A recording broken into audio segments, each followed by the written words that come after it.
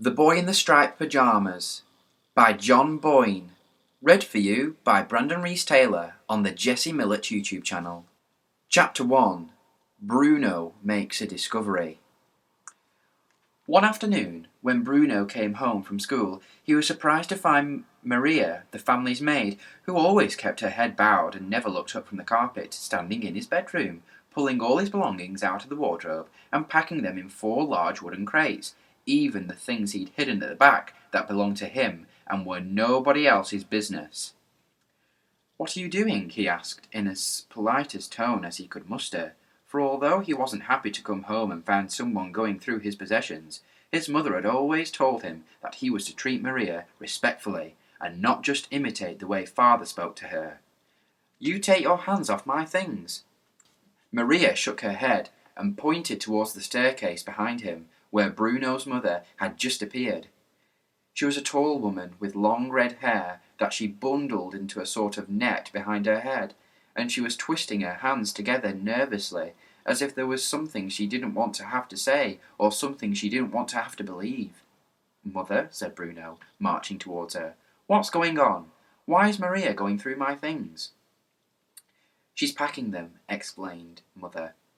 "Packing them?" he asked, running quickly through the events of the previous few days to consider whether he'd been particularly naughty, or had used those words out loud that he wasn't allowed to use and was being sent away because of it.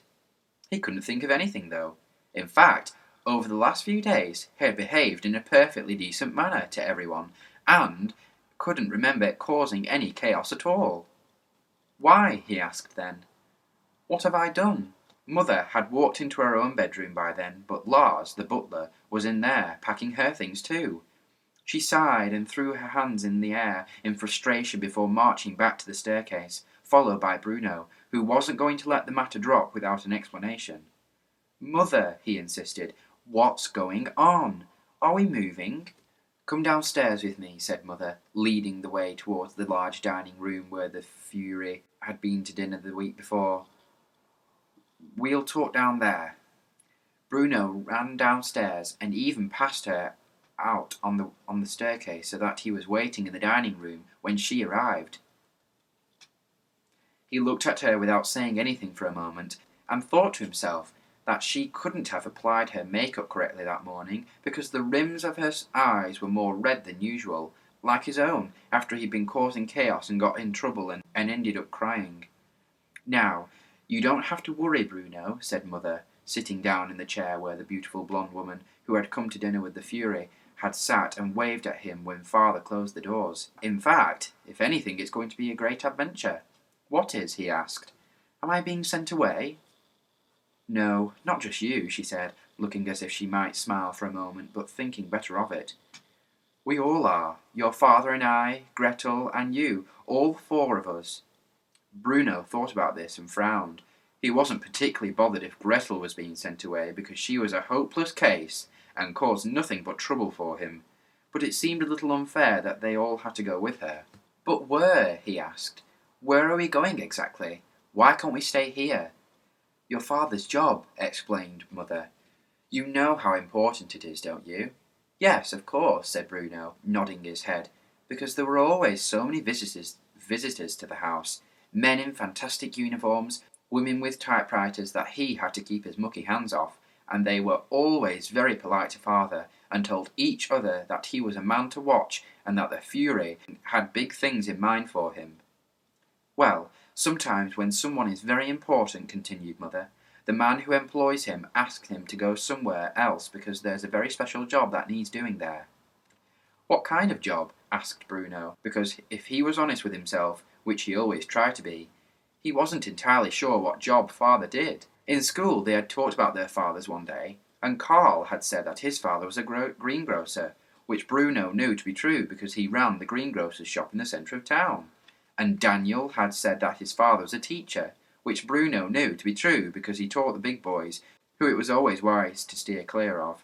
And Martin had said that his father was a chef, which Bruno knew to be true because he sometimes collected Martin from school, and when he did, he always wore a white smock and tartan apron, as if he'd just stepped out of his kitchen. But when they asked Bruno what his father did, he opened his mouth to tell them.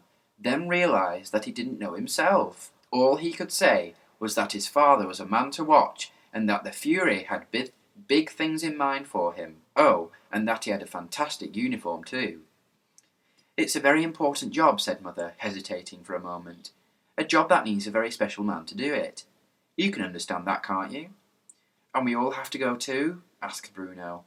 "Of course we do," said Mother. "You wouldn't want Father to go to his new job on his own and be lonely there, would you?" "I suppose not," said Bruno. "Father would miss us all terribly if we weren't with him," she added. "Who would he miss the most?" asked Bruno. "Me or Gretel?" "He would miss you both equally," said Mother, for she was a great believer in not playing favourites, which Bruno respected, especially since he knew that he was her favourite really. "But what about our house?" asked Bruno. "Who's going to take care of it while we're gone?" Mother sighed and looked around the room as if she might never see it again. It was a very beautiful house and had 5 floors in total, if you included the basement, where Cook made all the food and Maria and Lars sat at the table arguing with each other and calling each other names that you weren't supposed to use. And if you added in the little room at the top of the house with the slanted windows where Bruno could see right across Berlin if he stood up on his tiptoes and held on to the frame tightly. "We have to close up the house for now," said Mother, "but we'll be back to it someday." "And what about Cook?" asked Bruno. "And Lars? And Maria? Are they not going to live in it?" "They're coming with us," explained Mother. "But that's enough questions for now. Maybe you should go upstairs and help Maria with your packing." Bruno stood up from the seat, but didn't go anywhere. There were just a few more questions he needed to put to her before he could allow the matter to be settled. "And how far away is it?" he asked. "The new job, I mean. Is it further than a mile away?" "Oh my," said Mother with a laugh, although it was a strange kind of laugh because she didn't look happy and turned away from Bruno as if she didn't want him to see her face. "Yes, Bruno," she said. "It's more than a mile away. Quite a lot more than that, in fact." Bruno's eyes opened wide, and his mouth made the shape of an O. He felt his arms stretching out at his sides, like they did whenever something surprised him. "You don't mean we're leaving Berlin?" he asked, gasping for air as he got the words out. "I'm afraid so," said Mother, nodding her head sadly. "Your father's job is—" "But what about school?" said Bruno, interrupting her, a thing he knew he was not supposed to do, but which he felt he would be forgiven for on this occasion. "And what about Carl and Daniel and Martin? How will they know where I am when we want to do things together?" "You'll have to say goodbye to your friends for the time being," said Mother, "although I'm sure you'll see them again in time. And don't interrupt your mother when she's talking, please," she added. For although this was strange and unpleasant news, there was certainly no need for Bruno to break the rules of politeness which he had been taught. "Say goodbye to them?" he asked, staring at her in surprise. "Say goodbye to them?" he repeated, spluttering out the words as if his mouth was full of biscuits that he'd munched into tiny pieces but not actually swallowed yet. "Say goodbye to Carl, Daniel and Martin," he continued, his voice coming dangerously close to shouting, which was not allowed indoors. "But they're my 3 best friends for life."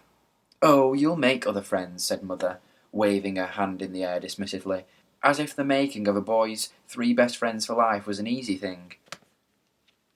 "But we had plans," he protested. "Plans?" asked Mother, raising an eyebrow. "What sort of plans?"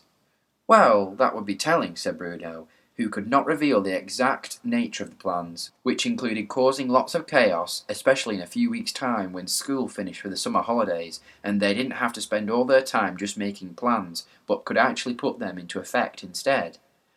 "I'm sorry, Bruno," said Mother, "but your plans are just going to have to wait. We don't have a choice in this." "But, Mother—" "Bruno, that's enough," she said, snapping at him now and standing up to show him that she was serious when she said that was enough.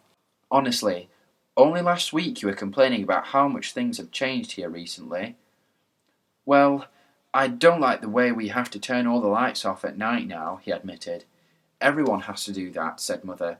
"It keeps us safe, and who knows, maybe we'll be in less danger if we move away.